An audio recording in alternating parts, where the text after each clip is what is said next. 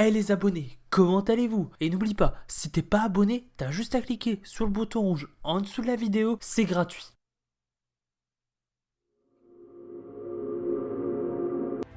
Aujourd'hui nous allons parler de l'univers de Star Wars, et plus précisément du dernier opus de la saga The Rise of the Skywalker.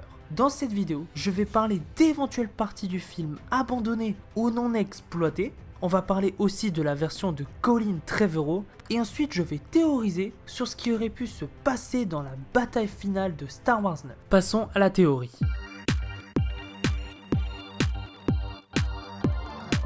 Avant que la bataille de Coruscant commence, après la défaite du Premier Ordre causée par l'infiltration de Rey, Poe et Finn et qu'ils aient détruit un vaisseau du Premier Ordre, le Premier Ordre dut s'organiser pour trouver un nouvel endroit où ils pourront exercer leur autorité. Mais pendant l'infiltration du vaisseau du Premier Ordre, Finn n'eut pas le temps de s'échapper avec Rey et Poe. Finn fut capturé par le Premier Ordre. Ils l'emmenèrent sur la planète Coruscant.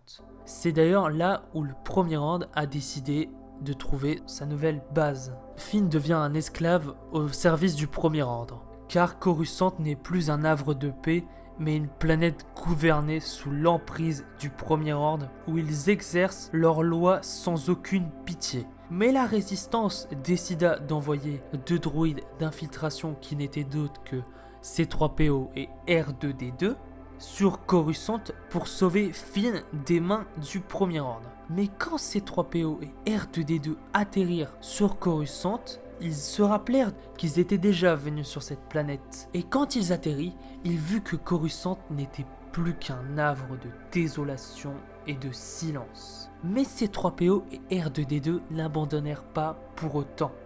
Pendant qu'ils se baladent dans les rues de Coruscant, C3PO dit à R2D2 « Eh bien mon ami, on en a fait du chemin jusqu'ici. Cet endroit me rappelle notre première mission sur Tatooine, quand on devait chercher Obi-Wan Kenobi. » Et R2D2 dit « Oui, c'était d'ailleurs une très grande aventure. Je suis content d'être resté à tes côtés depuis tout ce temps. » Et C3PO répondit « Je suis heureux moi aussi d'être à tes côtés depuis tout ce temps. Je suis heureux d'être ton ami. » Mais dans un autre endroit de Coruscant, là où le Premier Ordre est très actif, le capitaine Phasma décide de calmer les esclaves en montrant exemple et en exécutant devant toute une foule entière un résistant. C'était pour montrer qu'ils n'ont pas peur de la résistance. Finn, complètement troublé par les événements qui viennent de se passer devant lui, il décide de contre-attaquer. À ce moment-là, il ne réfléchit pas et commence à frapper un Stormtrooper et à prendre son pistolet et à tirer sur les Stormtroopers du Premier Ordre. Et le peuple de Coruscant, voyant Finn passer à l'attaque, ils commencent eux aussi à se révolter contre le Premier Ordre. Grâce à cet assaut surprise, Finn réussit à s'échapper et à ne plus être esclave du Premier Ordre. Pendant ce temps-là, sur une autre planète dirigée par la Résistance, Leila ressentit quelque chose en elle, une perturbation de la force, quelque chose de très ancien, sur une planète Sith. Mais elle ne décida pas d'écouter et elle ressenta une autre perturbation sur une planète contrairement à la planète Sith qu'elle connaissait. Elle ressentit que Coruscant s'était levé des mains du Premier Ordre. Leila n'hésita pas une seule seconde et décida de prendre un vaisseau avec Rose en direction de Coruscant pour aller aider le peuple de Coruscant et d'aller sauver par la même occasion Finn.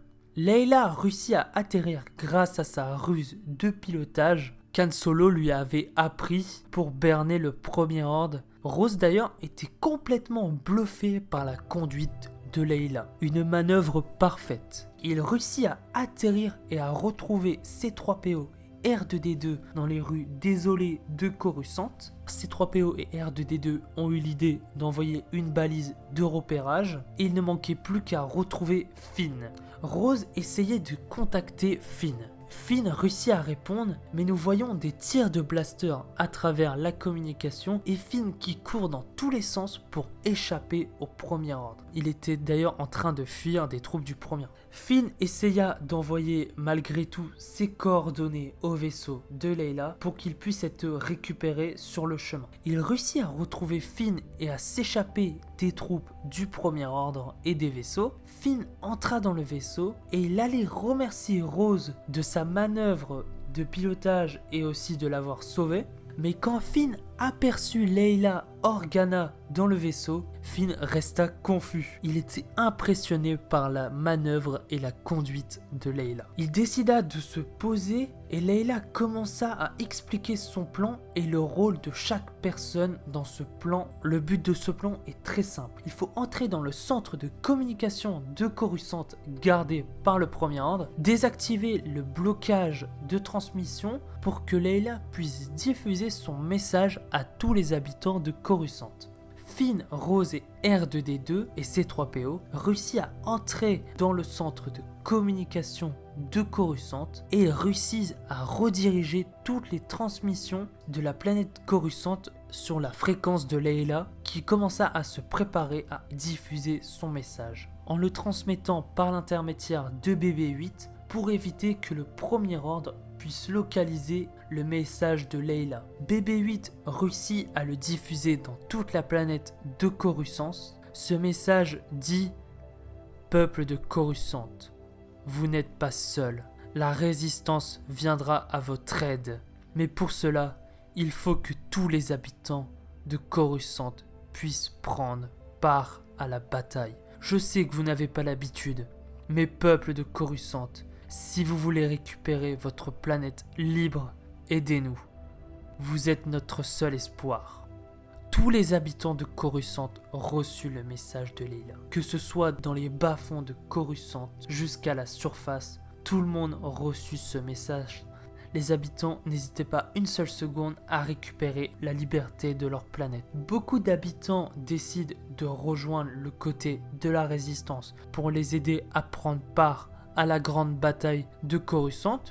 D'ailleurs, beaucoup d'habitants se ramenèrent des vieux vaisseaux qui datent au moins de l'Empire, comme exemple un X-Wing de la première génération, jusqu'aux droïdes de combat, ou même encore des bipèdes impériales qui étaient sous le règne de l'Empire. Chaque habitant se prépare mentalement et émotionnellement à la plus grande bataille de toute la galaxie. Après que toute la résistance se soit préparée dans les bas-fonds de Coruscant pour éviter d'attirer l'œil de l'Empire, ils décidèrent enfin de sortir et de commencer à avancer dans les rues de Coruscant. Puis devant eux, il y avait un blocus impérial déjà préparé. Depuis plusieurs jours, ils attendaient là. Il y avait même des transports blindés tout-terrain. C'est ces quadrupodes qu'on aperçoit dans Star Wars 8 sur la bataille de Crate. Mais cette fois-ci, ces quadrupèdes étaient beaucoup plus puissants et beaucoup plus lourds que les anciens. Finn n'eut pas peur. Finn décida d'avancer, de se rebeller face au premier ordre, de montrer qu'il ne faut pas avoir peur du premier ordre. Et tout le reste des habitants, les vaisseaux, la résistance, tout le monde décida d'avancer avec Finn et il commença à courir. La bataille commença. Même les Stormtroopers avaient peur de la puissance de la résistance. Très vite, beaucoup de vaisseaux tombèrent au combat. Mais la résistance n'abandonna pas. Elle continuait à combattre malgré les nombreuses pertes. Ils veulent leur liberté et ne l'abandonneront pas aussi facilement. Même dans les airs, les vaisseaux continuent à se battre et à se détruire. Des tonnes de chasseurs taille sortis des bas-fonds de Coruscant, fraîchement construits ces dernières années pour éviter que la planète de Coruscant soit reprise par la résistance. Beaucoup de vaisseaux de la résistance tombèrent au combat. Mais à ce moment-là, nous entendons un bruit de faucon on pourrait dire, un rapace qui survola. Et oui, le faucon Millennium apparaît dans la bataille pour détruire tous les chasseurs taille et aussi par la même occasion les distraire et les emmener loin de la bataille principale pour que la flotte de la résistance puisse aider la bataille terrestre. D'ailleurs, en parlant de la bataille terrestre, retournons sur le front de la bataille. Comme dans les airs, la bataille était rude, surtout du côté de la résistance. Mais apparemment, durant la bataille, R2D2 découvrit qu'il y avait une arme cachée dans Coruscant qui aurait pu mettre fin à la bataille. Une arme où il ne vise que les Stormtroopers. Et une arme très puissante qui pourrait mettre fin à la bataille. Cette arme est celle que nous voyons dans Star Wars Rebels, l'arme qui était censée détruire les Mandalores, mais qui se retourna contre l'Empire et qui est maintenant calibrée pour détecter et détruire les armures de Stormtroopers. Au milieu de la bataille, R2D2 réussit à trouver la localisation de l'arme et de l'amener jusqu'à la bataille de Coruscant, et il décida de foncer. Il n'eut pas peur du Premier Ordre, il voulait foncer au front juste en face de toute l'armée du Premier Ordre. R2D2 n'eut pas peur de continuer à avancer. Mais là, il commença à traverser un pont, là où principalement la plupart des Stormtroopers étaient principalement l'endroit qu'il fallait toucher absolument. R2D2 n'eut pas peur et continua de s'approcher. Des balles de blaster commença à toucher R2D2, mais il ne recula toujours pas. Et là, il y tient presque. Il est à 2 doigts de finir cette bataille. Mais là, quelqu'un sort de l'ombre. Capitaine Phasma, qui sorta avec un lance-roquette du Premier Ordre et qui n'hésita pas une seule seconde à tirer sur R2D2. R2D2 qui se prit la roquette en plein fouet sur lui. R2D2 à ce moment-là était entièrement détruit. Il ne pouvait même plus bouger. Et au loin, sa vision était penchée sur quelqu'un, son ami de toujours, qui l'a accompagné dans chaque bataille, à chaque moment dans tous les films. C3PO. C3PO, complètement bouleversé par les événements, court vers son ami R2D2.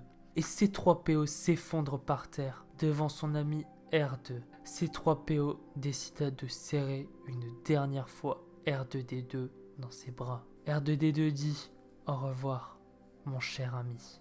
Et R2D2 s'éteigna dans les bras de C3PO.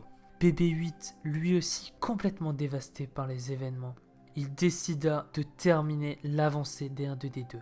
BB-8 réussit à s'approcher assez facilement des Stormtroopers et activa l'arme. Et chaque Stormtrooper était paralysé par terre. Le dispositif s'activa et mobilisa une grande partie de l'armée du Premier Ordre.